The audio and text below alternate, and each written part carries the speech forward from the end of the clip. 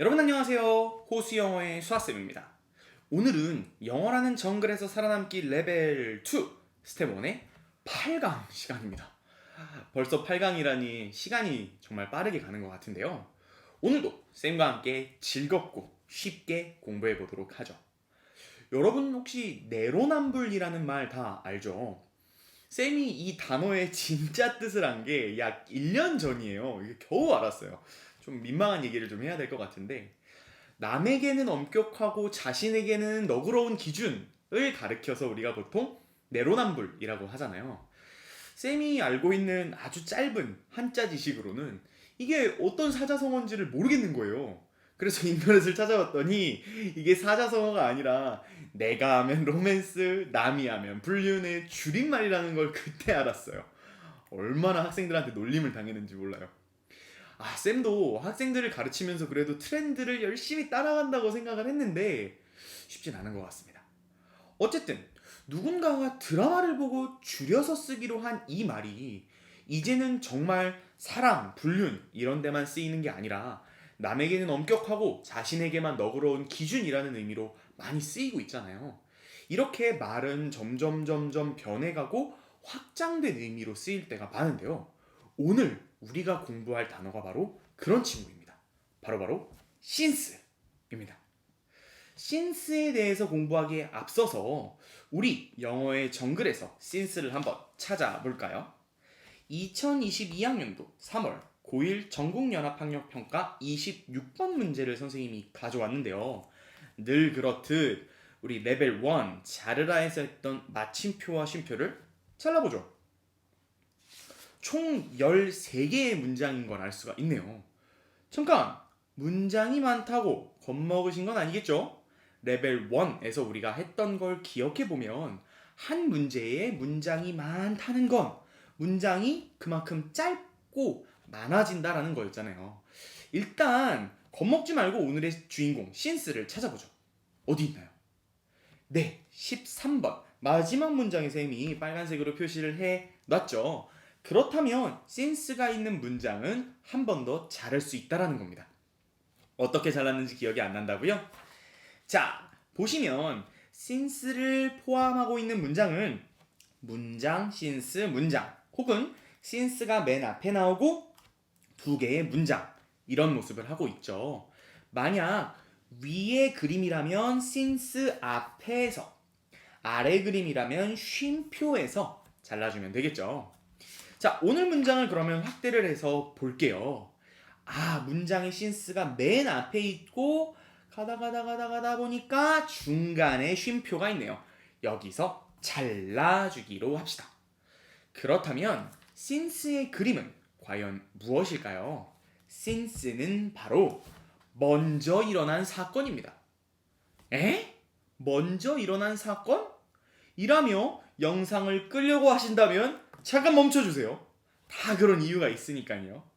since 하면 많은 분들이 뭐뭐 이후로 라고 해석을 할 겁니다.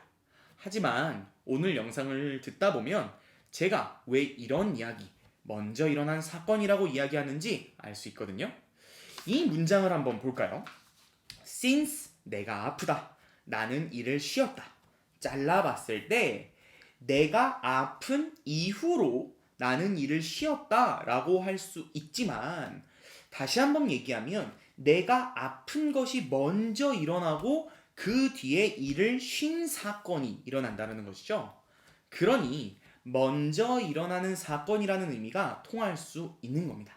자, 그렇다면 우리 오늘 이 센스의 그림을 가지고 문장을 한번 해석해 보도록 할까요?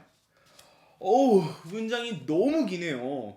우리가 레벨 1 지워라에서 했던 to 덩어리라든지 of 덩어리라든지 그리고 나중에 지워볼 친구들 몇 가지를 조금 지워서 요렇게 한번 글을 만들어 봤습니다.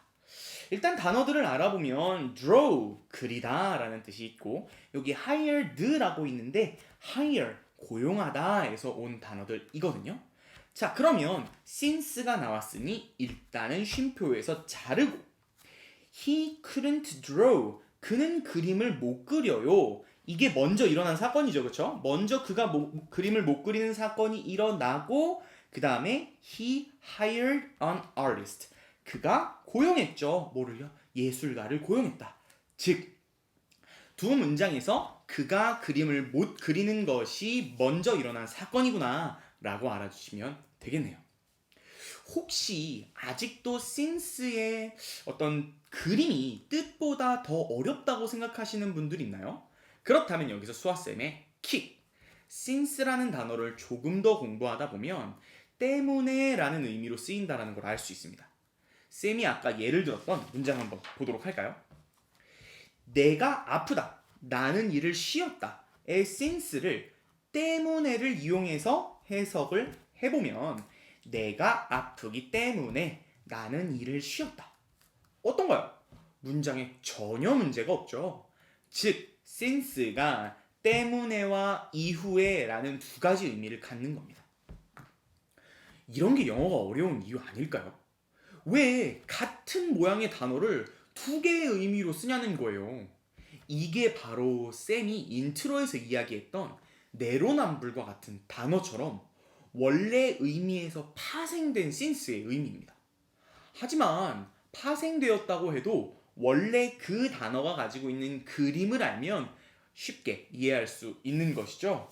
우리 since의 그림 뭐였나요? 먼저 일어난 사건이라는 그림이죠. 여러분, 때문에라는 단어 어디서 많이 들어보지 않았나요? 맞습니다.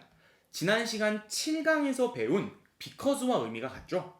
그렇다면 because의 그림은 무엇이었나요? 바로 원인이라는 그림이었습니다. 여러분, 여러분이 어떤 국가에 살든 어떤 문화를 좋아하든 어떤 말을 쓰든 어떤 종교 취향 환경에서 자랐든 절대 바뀌지 않는 사실이 하나 있는데요. 바로 원인은 결과보다 무조건 먼저 등장한다는 것이죠. 결과가 나오고 그 다음에 원인이 오는 경우는 없습니다. 즉, 먼저 일어난 사건이라는 그림의 since는 무조건 먼저 일어나는 원인이라는 그림을 가질 때도 있다라는 겁니다. 물론 여전히 since를 뜻으로 공부하는 것이 더 쉬운 학생들이 있을 수도 있어요. 하지만 since가 가지고 있는 그림으로 이해하려고 노력해보세요. 언젠간 더 어려운 영어를 그래서 볼 때 유용하게 쓰일 수 있을 겁니다. 오늘은 여기까지. Easy and Everyday. Bye bye.